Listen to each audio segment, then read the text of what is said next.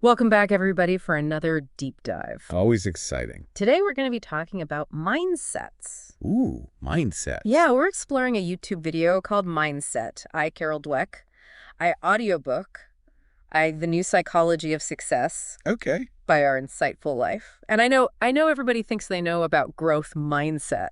Right. We're going to go a little bit deeper. Yeah, we hear that phrase thrown around a lot. Yeah.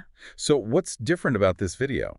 Well, this one really digs into the psychology and the research behind fixed mindset versus growth mindset, Okay. and really how those beliefs about our abilities play out in the real world. So it's not just like a self-help, think positive kind of. No, it actually gets into the nitty-gritty of how our brains work. Interesting. Yeah, and how our beliefs can actually shape our reality. That's powerful stuff. It is. And one of the most fascinating things that I got out of this video was this study about students transitioning into junior high. Ooh, junior high. Ugh. That's a tough time. Yeah, talk about a pressure cooker. Social pressure, academic pressure. Hormones are raging. It's a lot. Yeah, and so the researchers, they followed these students, and what they found was that the ones with a growth mindset, their grades actually improved over time. Even with the tougher academics. Even with the tougher academics. That's impressive. Right. But the fixed mindset students, their grades actually declined. Oh, wow. So it's like that growth mindset really gave them this resilience. Yeah, it was their superpower. To deal with that challenging environment. Totally. And it wasn't just about, being smart. It was about believing that they could get smarter. Right. It's all about how you interpret those challenges. Exactly. A growth mindset sees them as opportunities to learn and grow, but a fixed mindset sees them as threats. Right. Like, oh no, what if I'm not good enough? Yeah. And that fear can actually lead to something that the video calls low effort syndrome. Low effort syndrome, what is that? It's this idea that if you're so afraid of looking dumb, you won't even try. It's easier to just coast on what you think is your natural ability, even if it means you never reach your full potential. Wow, so it's self-sabotage. Exactly. You're protecting your ego, but you're also limiting your possibilities. That's a bummer. It is. But the good news is that we can change our mindsets. Oh, okay, so how do we do that? Where do we even begin? Well, the video talks about this amazing program called Brainology. Brainology. Yeah, it basically teaches kids about brain plasticity. Brain plasticity, I'm guessing that means our brains aren't fixed, they can actually change and grow? You got it. It's this incredible concept that our brains can literally rewire themselves throughout our lives. So wait, are you saying that even someone who struggled with math in school could actually become good at it later on? Absolutely. It's not about being born with a math brain or a music brain. It's about recognizing that every time we learn something new, our brains are forming new connections. So it's we're constantly building and expanding our own mental capacity. Exactly. And the more we understand how our brains work, the more we can tap into that potential. That's so empowering. It is. And it's not just for kids either. Right. Our brains don't stop being plastic just because we get older. No way. We can continue to learn and grow throughout our lives. That's such a relief, because I was starting to think that maybe I was stuck with my current skill set. Not at all. You can learn new things, try new things, and challenge yourself in all sorts of ways.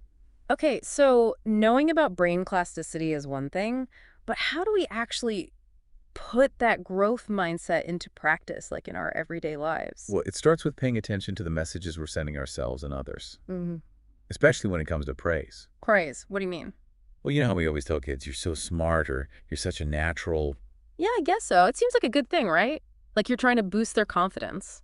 It seems that way, but the research actually shows that praising intelligence can backfire. Really? Yeah, it can actually make kids avoid challenges and even lie about their scores. Lie about their scores? Why would they do that?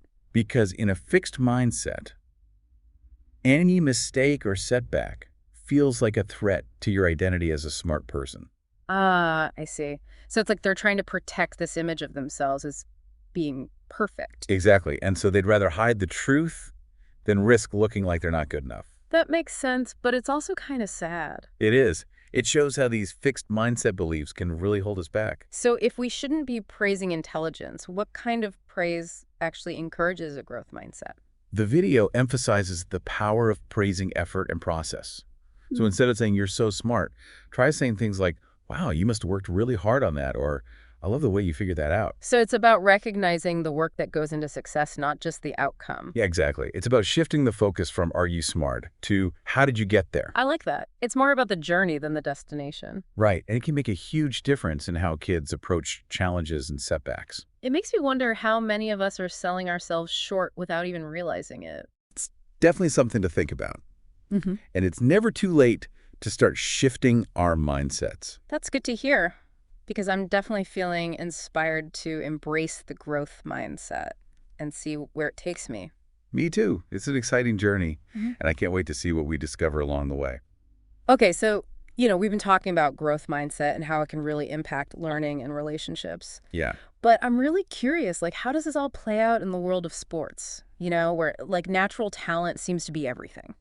Right. It's like you always hear about athletes who are just like naturals. Right, like they were born with it. Yeah. But this video really challenges that notion. Okay. Like, it highlights all these athletes who achieved greatness, not because they were just naturally gifted, Okay. but because they had this, like, incredible work ethic, Right. determination, Mm. and, of course, a growth mindset. So, like, who are we talking about here? Give me some examples. Well, remember we were talking about Billy Beane earlier? Yeah, the baseball guy. Yeah, he was a talented player. Uh-huh. But his fixed mindset really held him back. Right. He had all that potential, but he just couldn't seem to break through. Yeah, he struggled with setbacks. Mm-hmm.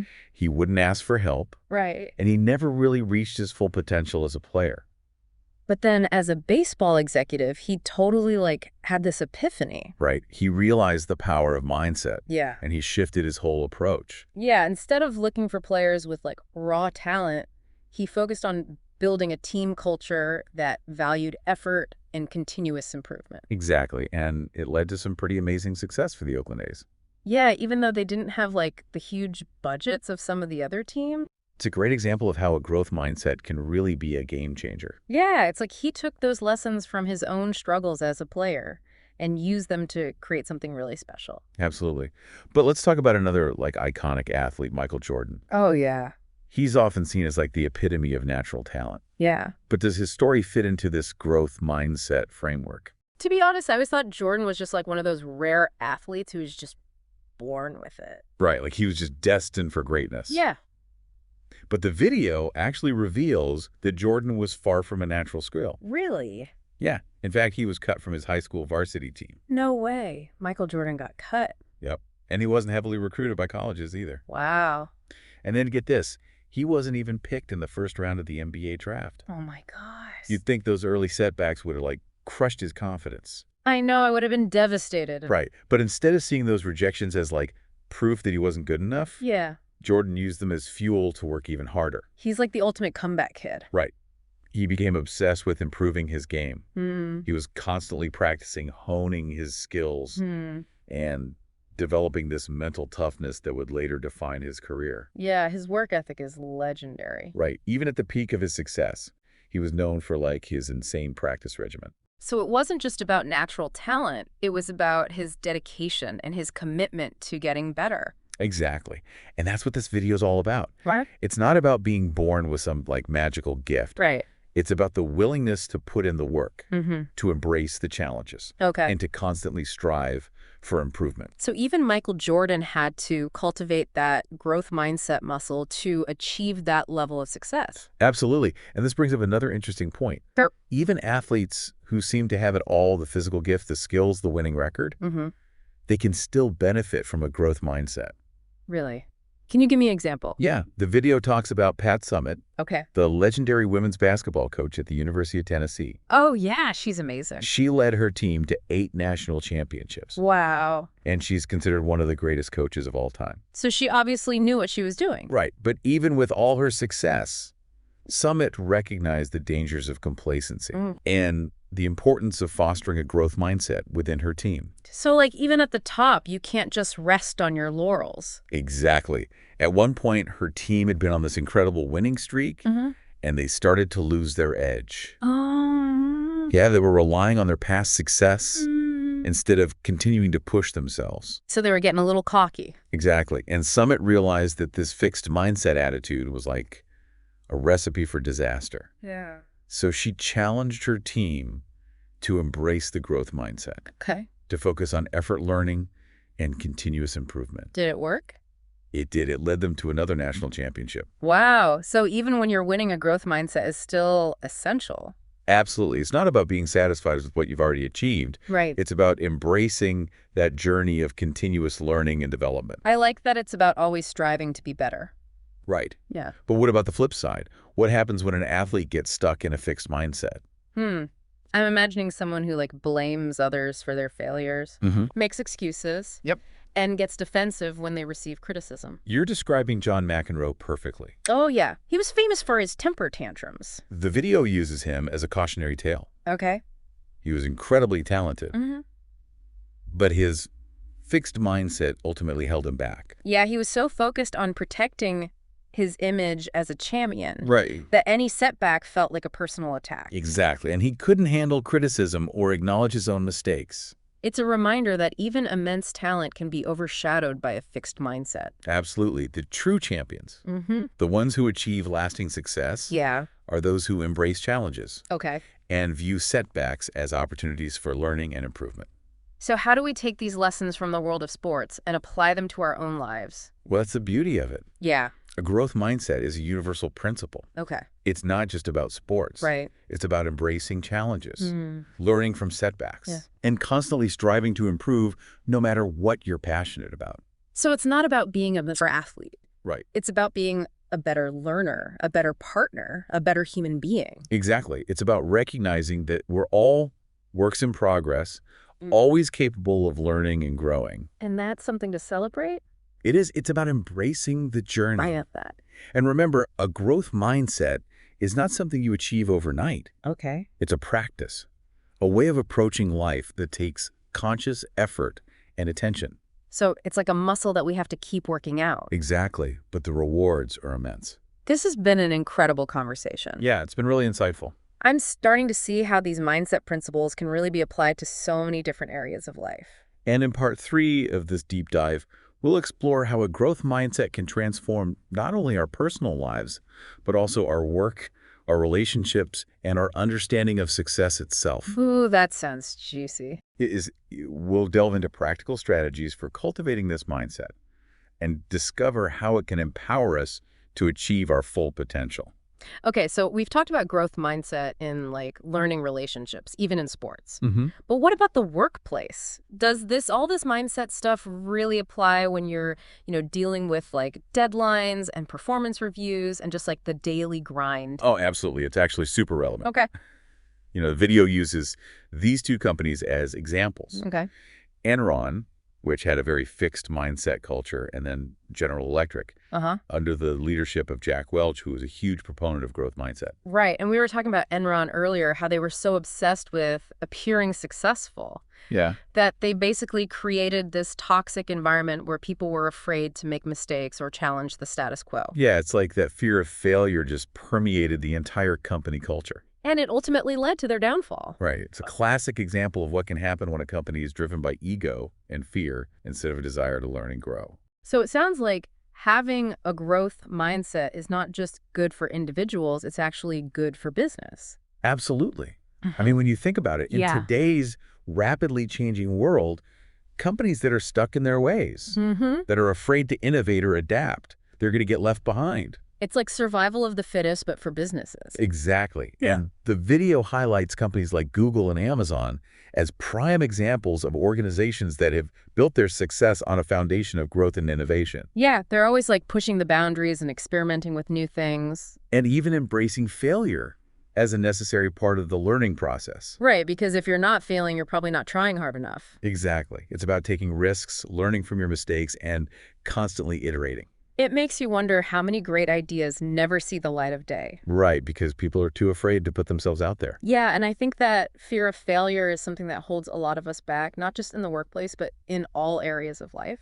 Absolutely, and that's why this whole growth mindset thing is so important. It's like a permission slip to be imperfect. Exactly. It's about recognizing that we're all works in progress and that there's always room for improvement. So what's the one big takeaway from all of this? If our listeners could only remember one thing about growth mindset, what would you want it to be? I would say it's that a growth mindset is not just a concept, it's a way of life. Okay.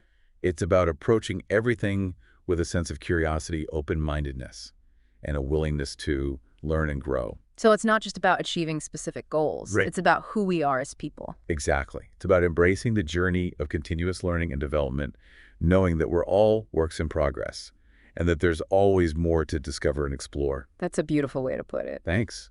And remember, a growth mindset is not something you achieve overnight.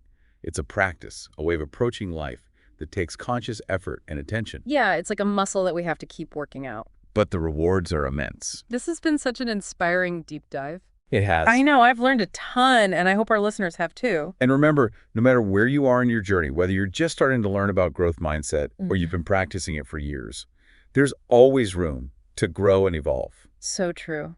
So as you go about your day, I encourage you to think about those fixed mindset thoughts that might be holding you back. Yeah. Challenge them, reframe them, and embrace the incredible potential that lies within each and every one of us. Growth is not always easy, but it's always worth it. Thanks for joining us on this deep dive, and keep those mindsets growing. Absolutely. Until next time.